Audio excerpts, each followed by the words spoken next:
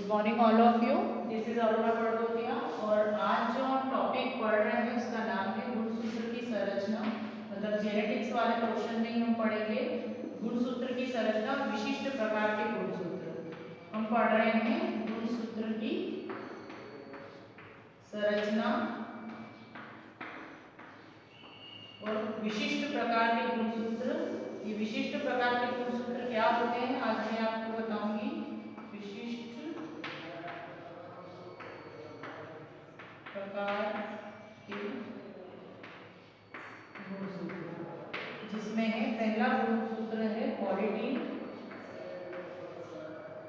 या हम ले लेते हैं पहले लैम्प ब्रश, और दूसरा है ऑरिडीन। तो हम गुणसूत्र की संरचना देख लेते हैं। पहले गुणसूत्र के बारे में मैंने पहले भी आपको बता दिया था कि गुणसूत्र क्या होते हैं। तो कोशिकाएं जो होती है, कोशिकाओं के अंदर जो केंद्रक होता है, केंद्रक के अंदर धागे के समान जो संरचनाएं होती हैं उनको हम बोलते हैं गुणसूत्र। गुणसूत्र का विशेष कार्य होता है आनुवांशिकी में।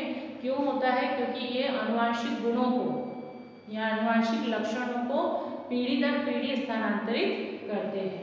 तो गुणसूत्र की एक फॉर्मल संरचना जो थी, जनरल संरचना मैंने आपको समझा दी थी, जिसमें एक्स जैसी जो संरचना थी वो मैंने आपको बता दी थी। आज भी हम ये संरचना पढ़े, चाहे तो आप वो बनाएंगे, ये बस कॉमन ही संरचना है। तो अगर हम गुणसूत्र की संरचना देखें तो गुणसूत्र की संरचना एक रॉड जैसी छड़ आकार की संरचना होती है। छड़ आकार की ये संरचना है। छड़ आकार की अगर संरचना होती है तो इसमें जो बाह्य आवरण होता है उस आवरण को बोला जाता है पेलिक्यूल।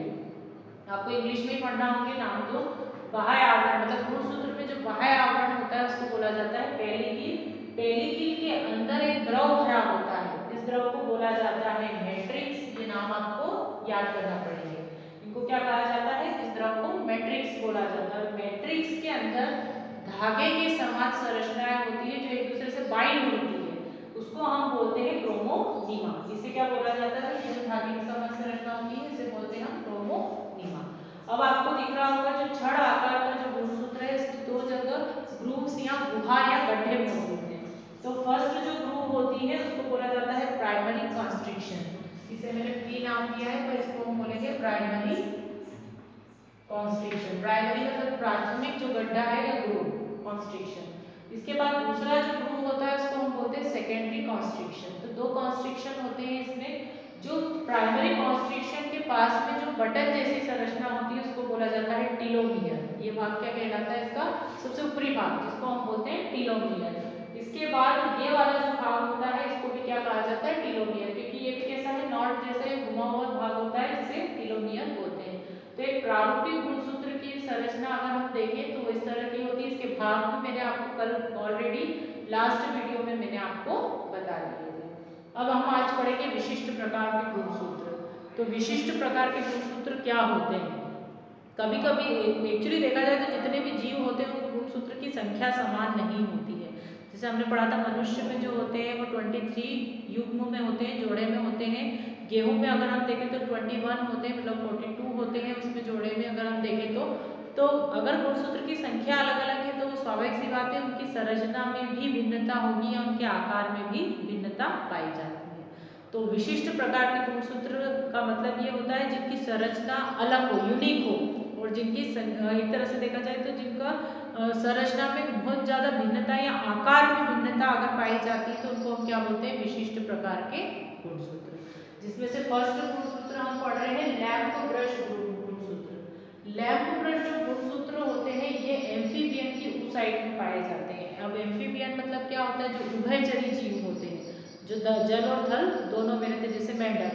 तो उनके ऊसाइट मतलब ये होता है जो अंडाणु होते हैं। तो अंडाणु से जो अंडाणुओं का निर्माण होता है तो प्राथमिक जो कोशिकाएं होती है उनको बोला जाता है ऊसाइट्स। तो ये कहाँ पाए जाते हैं? एम्फीबियन की ऊसाइट में। सबसे पहले फ्लेमिंग ने इनको डिस्कवर किया था, क्योंकि ये शॉर्ट नोट के तौर पर आते हैं, संक्षिप्त टिप्पणी के तौर पर आपको पता होना चाहिए।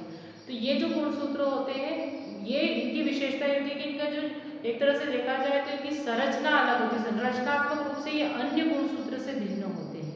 ये कैसे दिखते हैं? लैम्प को साफ करने वाले ब्रश की तरह। जैसे आपने बॉटल साफ करने वाला ब्रश देखा है, चारों तरफ उसके तंतु लगे होते हैं वैसे ही।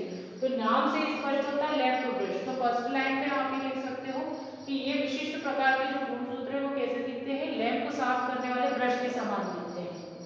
इसकी संरचना आप देख लेते हैं। इसको सबसे पहले फ्लेमिंग ने डिस्कवर किया था एम्फीबियन की oocytes में।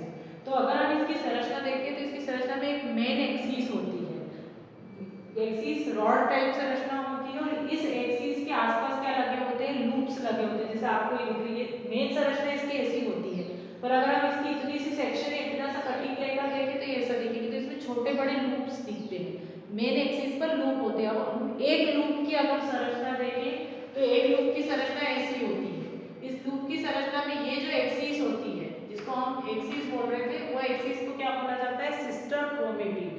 क्या बोलेंगे उसको, सिस्टर क्रोमेटिड। और इस सिस्टर क्रोमेटिड के दोनों तरफ लूप्स लगे होते हैं। तो ये जो लूप होते हैं एक्चुअली किसके बने होते हैं, डीएनए के। और इसमें क्या प्रेजेंट होता है, मैट्रिक्स। मैट्रिक्स मतलब कि जो द्रव भरा होता है उसको मैट्रिक्स बोलते हैं। तो ये जो लूप होते हैं, इसका एक सिरा जो होता है वो पतला होता है और एक सिरा जो होता है वो मोटा होता है। तो जो सिरा पतला होता है उसको थिन एंड बोलते हैं, थिन एंड, ठीक है। और जो मोटा होता है उसको क्या बोला जाता है, थिक एंड। थिक मतलब मोटा सिरा, ठीक है। तो ये दोनों डीएनए के भाग होते हैं। ये एक्चुअली बना होता है पूरा डीएनए से ही है।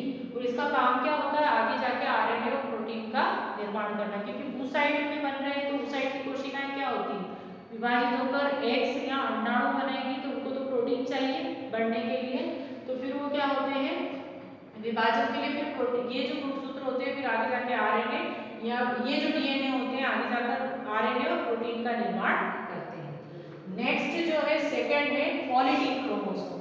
तो पॉलीटीन क्रोमोसोम जो है इन्हें हम अगर देखना चाहें तो ड्रोसोफिला मेलानोगास्टर। ड्रोसोफिला मेलानोगास्टर मतलब कि जो बड़ी मक्खी होती है, मक्खी रेड आई वाली मक्खी होती है, उसको ड्रोसोफिला बोलते हैं।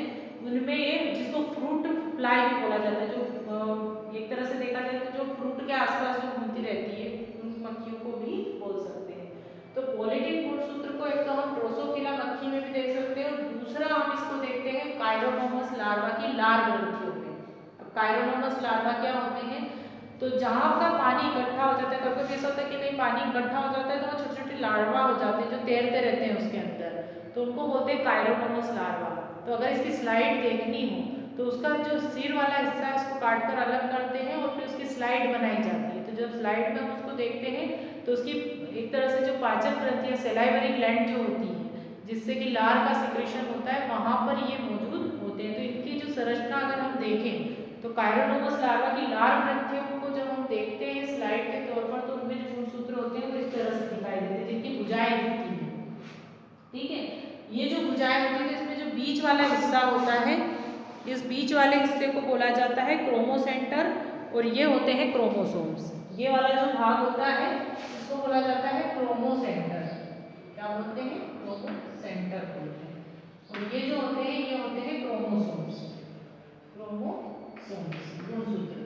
तो जब हम इन क्रोमोसोम्स की संरचना देखते हैं, इसकी बात कर रहे हैं हम, तो इसमें कई कुछ हिस्से ऐसे होते हैं जो फूले होते हैं, कुछ कम फूले होते हैं, कुछ प्लेन होते हैं। तो जो हिस्से फूले होते हैं उनको बोलते हैं पफ। पफ दिखते हैं इसमें, कुछ कम होते हैं उनको नॉब बोला जाता है, और जो कम बिल्कुल ही जिनमें पफनेस नहीं पाई जाती, फूले हुए हिस्से नहीं होते हैं, उनको बोला जाता है अनपफ्ड पार्ट। और अनपफ्ड पार्ट होते हैं जिनमें फुला हुआ हिस्सा नहीं होता है।